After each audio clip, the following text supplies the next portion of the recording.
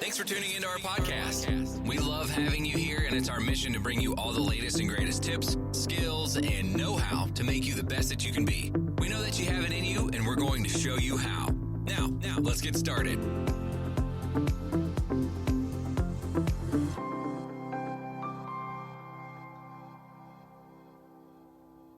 Thank you for tuning in today.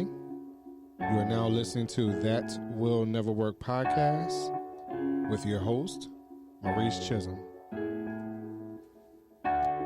Thank you for tuning in today, everyone. Again, it's your host, Maurice, and I have a special guest today.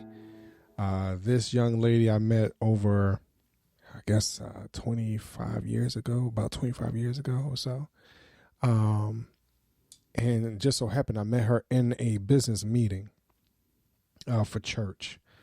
And I had to do a presentation that evening, and this young lady, I noticed her, at the table, and, and I know that she was kind of new, so just looking at her maneuver through the meeting, people introducing her. So, I kind of taken a little liking to her a little bit. It just so happened that a few short years later, she ended up becoming my wife. So I would like to introduce to some of you know who she is. Her name is Kafi Chism. Hello, everyone. Kaf, thank you very much for coming on the show today. I'm glad to be here. Thank you for having me. All right. So today, everyone, we just want to come on here together and just explain to you, just how we have come into business a little bit. And also I want to talk about the importance of having someone that, that supports you. So first, let's get into the support piece. When I had first starting courting Kafi, I expressed to her that I had wanted to be an entrepreneur. And my vision of being an entrepreneur started when I was a kid. I had talked about it on a previous podcast of someone who had who worked for a tow company, and he was talking about how much money he was making, things like that. He was a owner operator. So from that, I must have been a good 13, 14 years old. And so I had wanted to be an entrepreneur. And just so happened when I met Kafi and we talked about those type of things of our future, I had mentioned about being an entrepreneur, and just so happened that her family members, being her parents, were kind of in that same realm of doing some entrepreneurial type things, just like my parents were, being artists, whether they were singing, modeling, doing graphic work, things like that.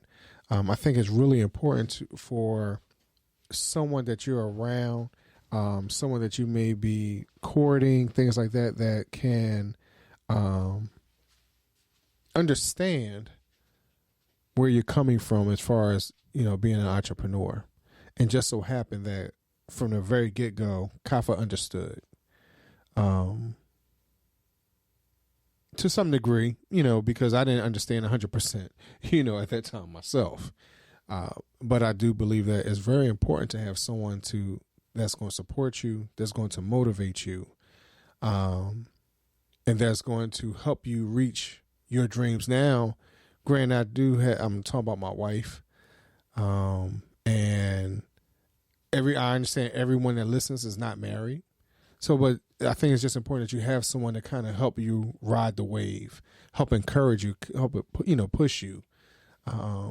Anything you want to say, Kyle? I do recall that conversation. One of them, at least, it was over the phone, and you stated that you wanted to be an entrepreneur, and I can't remember what type of business you wanted to get into. I think because you were in healthcare. I don't know if it was something that was healthcare related or something like that. So I think I asked a bunch of questions in reference to that, like if you're taking the business mindset of what you're currently doing in healthcare and you were trying to, I guess, replicate that. I asked, like, how many people you know, and then who's on your Rolodex. Because back then, Right. that's what we had. We had Yeah, Rolodex. That's funny. So, and you didn't have a lot. Again, when we met, Right. you were only 20. So, your Rolodex wasn't that thick, So I think I had said to you, hey, why don't you think about increasing your Rolodex so that when Right. you do step out, that you have people to call, that you Right. have those connections, that you have maybe partners or whatever Right. it is, because you can't do entrepreneurship alone. You do need other people. You need somebody to buy things, and you need somebody to support, as you said. So I do remember that conversation. And see, that's what I mean by someone that has an idea and can support a little bit. And even those that may not support you, or you might not feel as though they're supporting you, but sometimes these hard questions, these questions that make you think and get outside yourself, your box. You might think that, hey, you know what, I'm already popular and things like that. But if your Rolodex does not have, your contact list does not have those persons that's going to get you somewhere, you're going to have to change your circle. You're going to have to get outside the box and put yourself in other places that's going to propel you to the next level. And that's one of the things that Kafi did. Now, as she stated, we met, when we met, I was not quite 20. When we started dating, I was 20. Turning when 21. we had that conversation, you were 20. Right. Yes, we did. So, but in that lets you know that, hey, from a younger age, I was already in that mindset of becoming an entrepreneur. And we have plenty of examples today of young people, 12, 13, 14 years old, getting it done today, and sometimes we do not have those people that live in our household that's supporting, or they're pushing, because of the wrong reasons. And sometimes you don't know that until you get a little older. But, today, on ThatWillNevrWork podcast, we want you to understand that, hey, it can work. It's going to work as long as you have someone that's supporting you and pushing you. And that someone's going to ask you questions that's going to stretch you a little bit and make you do research. Like one of the things that with Kafi asking me about my Rolodex, again, it pushed me to do more. I was only in healthcare for a short 2 years when she had that question. And you only knew, I guess, one side or Right. one facet of it. And I don't know how many companies you had worked with at that particular time. But again, you were kind of just within one type of market. Right. And healthcare goes quite far. Right. So. And see, and part of that, at that time, it was a consulting firm to help do credentialing for doctors and stuff. So that was part of what I had wanted to do. And that wasn't necessarily my dream as much as listening to my mother talk about that. And then being around some people who were doing credentialing for doctors at that time. Hey, you know what? That's easy. I could do that, especially when I was hearing that outside companies were doing that. Like, hey, I could do that. So that was, what I had wanted to do. But I didn't understand the healthcare politics. Right. And just a few little people that I had known at that time, like I didn't know anybody in hospitals. I didn't know people at doctor's offices except for my own doctor's office at, my PCP at that time. I didn't know any specialists. I didn't know anyone in home care. Like, the longer I stayed into healthcare, the more and especially because I had gone from being in an insurance company to being in, where did I go from there? I went from there to Genesis Elder Care. So I go to a specialty care services. And then I had gone to Siemens, where I was doing more of the medical billing and things like that. And then I had gone to Health Partners, where I was doing contracting with and member provider services, talking to the members, talking to the doctors, talking to the hospitals. So I had to get that Rolodex and realize one thing I did realize in doing all that, the healthcare system is kind of small. Mm-hmm. It really is. Everybody kind of know each other. But by the time I had, you and I had that conversation, to answer your question, I had worked for a place called Green Spring. And then I had worked for AHERF, Allegheny Hospital at that time. So I had some information, but not enough. And that Allegheny Hospital thing, I didn't work at the actual hospital itself. I worked in their corporate office that was very far from the hospitals, so and that corporate office was a very small office at that. So no, I did not have the people. I didn't have the people skills. I didn't know what questions to ask. So that one question or that one statement of, hey, getting your Rolodex together, I realized that there was a whole lot of information I was missing. Mm-hmm. To fill out that Rolodex, to fill out that information card. That's something that I have to thank you for, that it opened up my eyes of where I need to get to. And I appreciate that. I do. And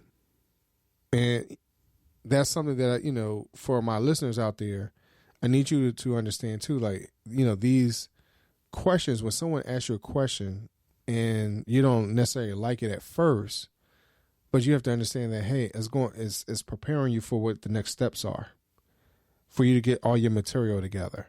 Because there will be someone out there that's going to question you or think that you have more together, and then you don't. Then you're a little more down on on yourself. You're not as motivated. You can give up, and that's one of the things that I don't want you to do on this. Let's not give up on anything. Let's continue to motivate and empower each other. And so in that, like I said, Kafa had that, hard question for me, but at the same time, I was asking her those same type of questions of, well, what do you want to do, Kav? Where you want to go? And we've been able to challenge each other for the last 20 years. We've been married for 20 years. And this podcast actually shows where I've, at least personally, I've gotten to, because I was really, really nervous about doing the podcast by myself. I really was. And if it wasn't for my support system that I have living with me every day, encouraging me, all of our, disagreements, and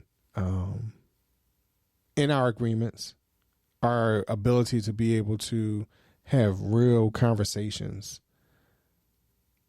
it allowed me to get over some of my fears and over the humps of some of the things that I have going on. Sometimes it's just, it's hard to look in the mirror.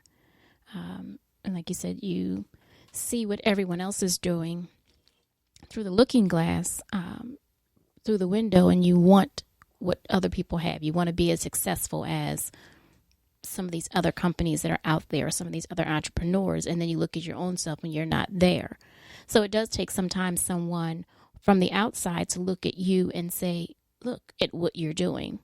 Look at your greatness. Look at your effectiveness. Look how, you are making things happen. And I think a lot of that was what I had to share with Maurice, that he's, in his workings and in his doing, the business that he is providing a lot of information. And I just kept saying, hey, you need to put that out so other people are getting it, other than the person that you're speaking to directly, other than the person that you are on the phone with. The lessons that you're sharing, the information that you're putting out there would be great for a lot of folks. So, I applaud him for finally taking that step and doing this podcast. Thank you, Kav. Thank you. So we're going to move on and talk about just us starting Chism Group LLC. That the start was kind of hard. We've had like if you listen to most entrepreneurs, they talk about, hey, you're going to start some businesses and you're going to fail, and some stuff is going to work, some stuff is not. Is it going to be a hobby? Things like that. And we have to talk about just one facet of our business that we just actually closed this week. So we're not going to go into great detail as how it actually started, but we called it the Home Accent Store. And Kafa was up looking at one night at, a little infomercial, and that encouraged her to kind of, start something, doing some drop shipment, type things, little candles and things like that. But we realized one thing we did not realize was the capital that we really needed to have to really start that type of business. And you have to have a hard, as Kafa mentioned, that hard look at yourself and being honest with yourself. Can this really work? Can this really happen? And sometimes you just have to chalk it up. I mean, we've been trying to hold on to this Home Accent Store for 18 years. And we finally just said, the other evening, it's done. And we can't do it. We can't do it because we don't have the resources to do it. And resources, not necessarily money to buy product, but it's also places and people to provide our services and merchandise to. Again, that Rolodex, who are you selling that product to? Who are you marketing towards? So I think that, was a wake-up call. And I think we had kind of understood that it was dead or dying some time ago, but it was just always on the back burner, that thing, hey, if we want to, we can reach into that pot. Right. And it still may be there. It's not anything that we're actively putting money into. It's just sitting there. So if, I turn 60 years old and decide I want to sell candles, then I can, or you can. Right. So, but at this point where we are in our lives and what's going on in society, it's not, having ladies over to smell different candles. Right. It's not, knocking on doors and handing out pamphlets and saying, hey, call me to place your order. So, things have really, truly changed in society. Right. That those types of businesses, such as storage things, are not for sale. They're not selling as well as they used to. Right. Ladies' makeup that you can get from catalogs. I'm not trying to put names out there. Mm-hmm. And jewelry and things like that we would purchase from catalogs many years ago are not really all that hot. And so it makes it a little bit difficult for that type of a business to thrive. Right. Right. So in that, we had to come to that hard decision. It's our baby, and we really wanted a Home Accent Store to grow. But we just didn't have it. So again, you're talking about what happened in the beginning. So in the beginning, yes, I beat down doors. I went to stores. I showed them the merchandise and tried to do cold calls. I did flea markets. I did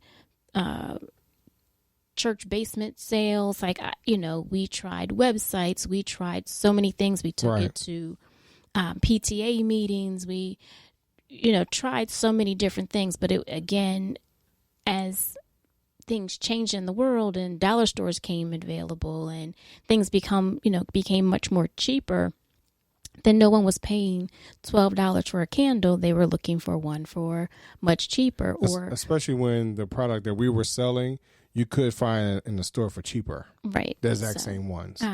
So, those were some of the things. So again, that's why things have changed. Right. So then we moved on to another company when we try to do community reps. Right.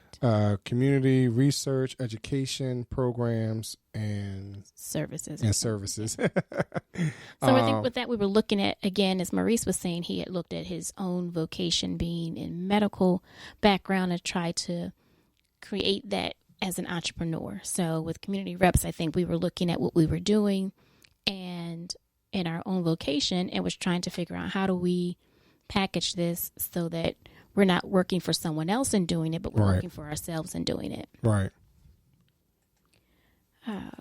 And also, not just from a healthcare perspective, but also we were looking really closer to home, being the fact that both of us are from church, like really, really, really looking at churches and other nonprofit organizations, because Kafi was, dealing with some other nonprofits also at that time. So we were really looking at that and modeling some of the things we were doing based off of those models. And again, not understanding what it took to run a nonprofit, understanding boards, what's a sitting board and a working board, to understand what's the bylaws, whether or not you're going to have dues, to how often you need to have meetings, and everyone taking down notes, and having a good Rolodex. It goes right back to having that good Rolodex. Like, so as you're saying, who's on your board, who's supporting you, all of those things. That goes back to your Rolodex. Who are you calling? Right. Who are you calling? Who can you lean on in that particular time, and who has your best interest, not only as an individual, but as that organization. Right. Who's going to have that buy-in to help this organization grow when they're not gaining a whole lot from it. Then from there, we went on to Motionia Group, and that never really materialized because it was just all over the place. It was a mishmash of everything that we had tried beforehand. More especially, I was just getting my feet a little more wet with computer repair, things like that. I was in school for it. I enjoy computers. If you go to chismgroup.net, www.chismgroup.net, you will see on my bio that, I started off in first grade, learning Pascal. So I love computers from a very early age, learning how to code and fix them and things like that. And so Motionia Group was going to take a little bit more of a image of that, of computer repair, things like that. But then as things had matured, i.e. my education, the industry was changing also. Understanding that, hey, I only know PCs. I know nothing about Macs. And then there were some more changes like beepers and then mobile phones and things, so understanding that, iPods and then mobile phones, so understanding really what is the industry calling for. So Motionia Group really, it didn't have a leg to stand on to some degree because I couldn't figure it out. I know I wanted to be an entrepreneur so badly, but I was just all over the place, literally all over the place. And I think because the industry was changing, the products were changing so rapidly, right, that, someone would call you and ask you to make a repair, and, then something new would come out, so it was a little difficult, I think, in that realm. And then back then, computers were very large. Right. So you would come home with this great big computer and take up the whole entire dining room table, trying to repair it. Right. That's when you had these huge ribbons and, right.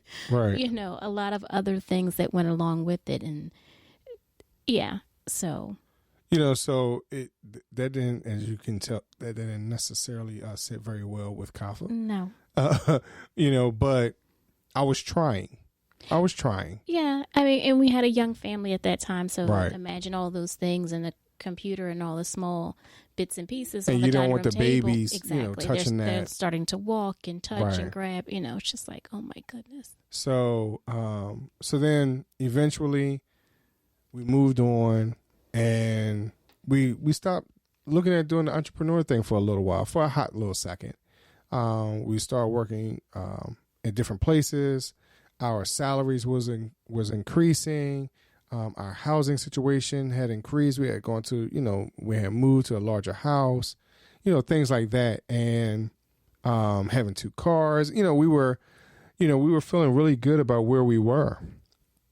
And then some things were happening where I started thinking about the entrepreneur thing again. And then next thing you know, bam, I get sick. And that's really how Chism Group started. I had taken some classes where Kafi was working at a local nonprofit on how to do exercises and things like that. I don't want to give out a bunch of information on that, but doing exercises, helping out seniors and small groups with some things or whatever. Kafi can talk a little bit more about that if she would like to. But so once I was not working a regular 9 to 5, but I was working like part-time. But where I was, I was able to create, or I had the ability to create something for myself, because I had access to a building. So that's where we started looking at, hey, should we do this? And because Kafi was a trainer in this particular program, she started to become more of the leader of doing that, even though we had made a decision to start Chism Group. But I was really encouraging her to become more of the leader with that. But then, we had the whole 2010, 11, 12, financial housing collapses and things like that. And then we started to really take Chism Group a little more seriously. And then Kafi went in and she unfortunately was let go of a job. And then a little while later, she actually found another job. So Chism Group ended up falling a little bit more squarely on me. So, but by this time though, so mind you, let's keep this in mind that we're talking from 2002 to 2012 when Chism Group became incorporated, that there was a 10-year period of us starting businesses and ending businesses. So we'll backtrack a little bit. 2010, I think, is when I was let go. So with that, I had a nice Rolodex. So I went through my Rolodex and I contacted everyone and called them, emailed them, set up lunch meetings, all of those things, and kind of said, hey, I'm still that trainer. I'm still that person, hire me on contract wise, and, I can continue to assist and be your consultant. And a lot of them said, great idea. We would love to have you, but we don't have it in our funds.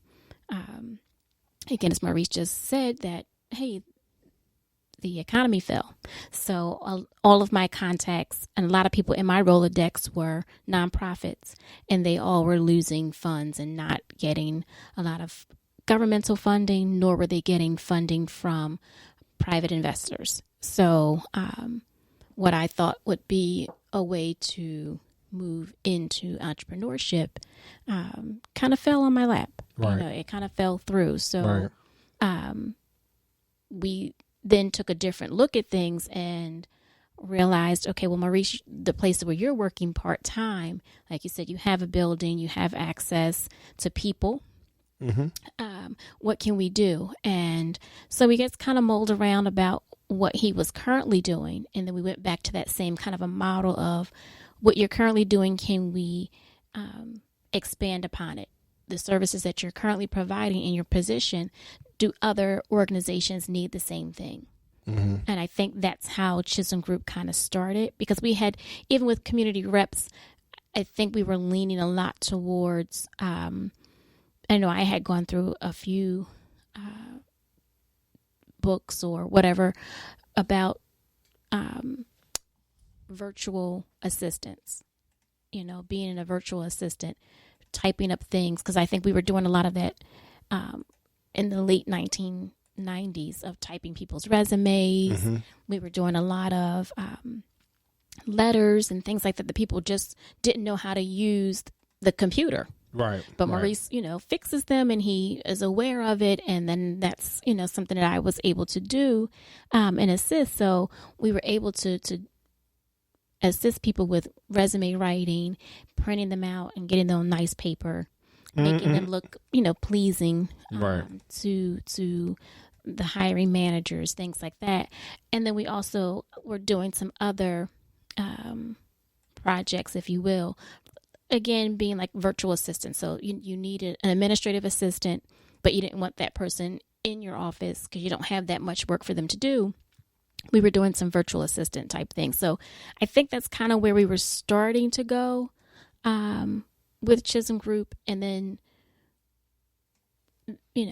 it became what it is, I guess, today. So what Chism Group is today, again, it falls back on my schooling of not necessarily computer repair, but of graphic design, of coding with websites.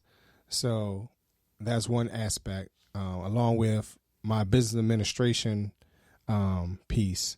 So my degree is in business administration, but I took a lot of information technology classes. So for someone like me, I do understand human resources. I did take a psychology class, public speaking class, microeconomics, so I understand the whole business thing. But I also had taken some art classes, like art history.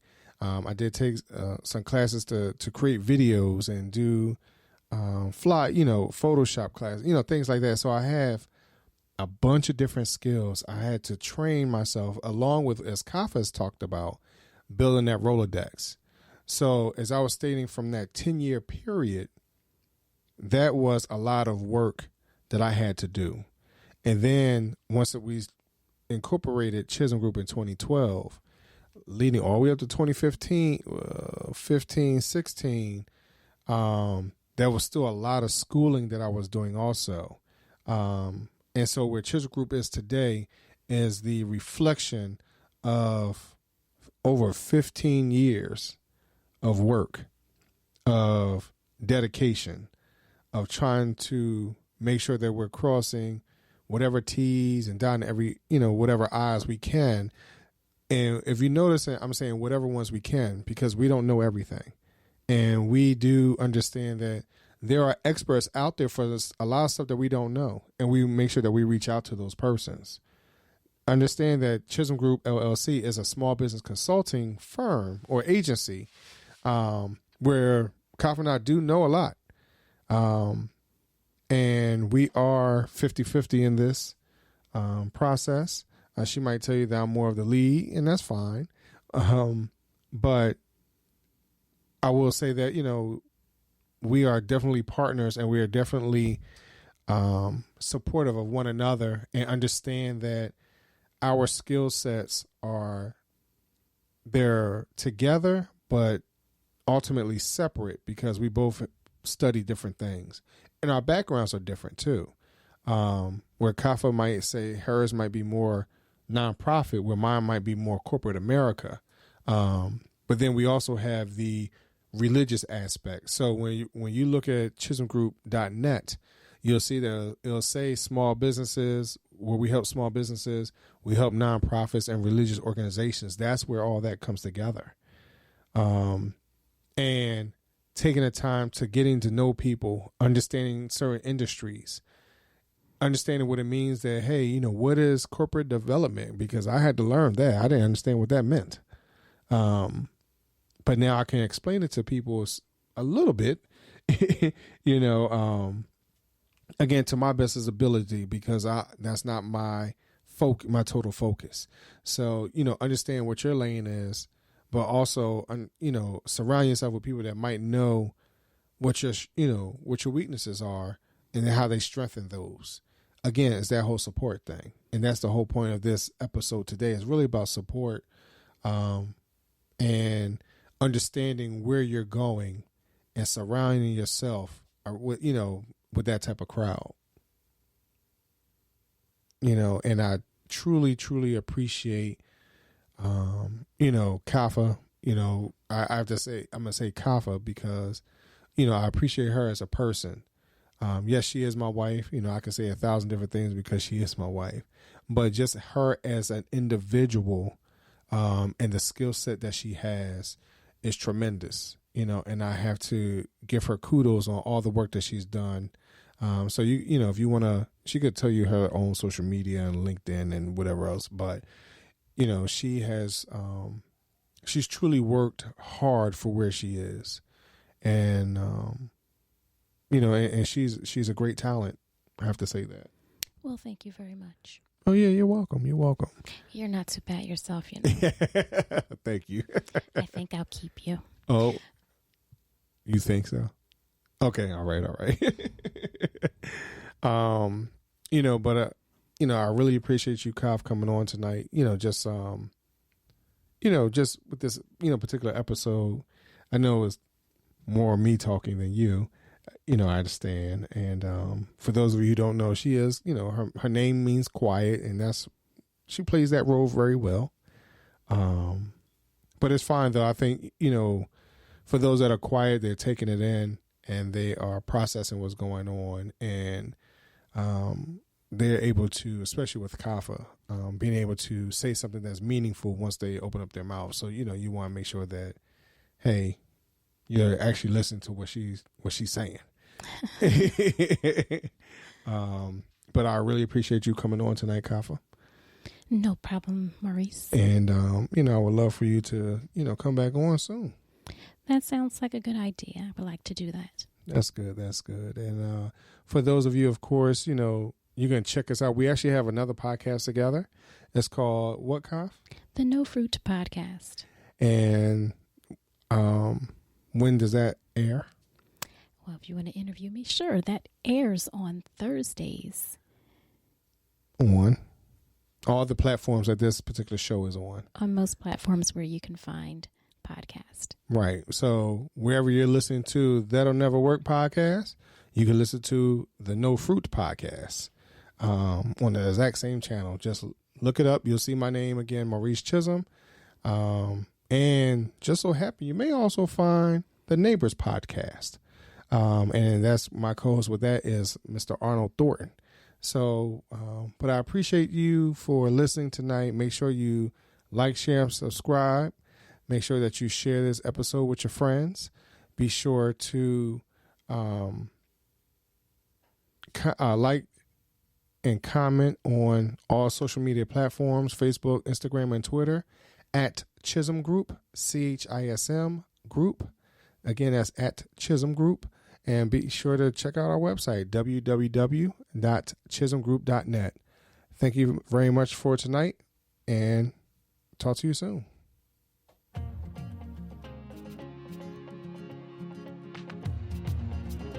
Loved what you've heard on this week's episode? Well, the answer is simple. It would mean the world to us if you could head over to iTunes and leave us a 5-star review and feedback.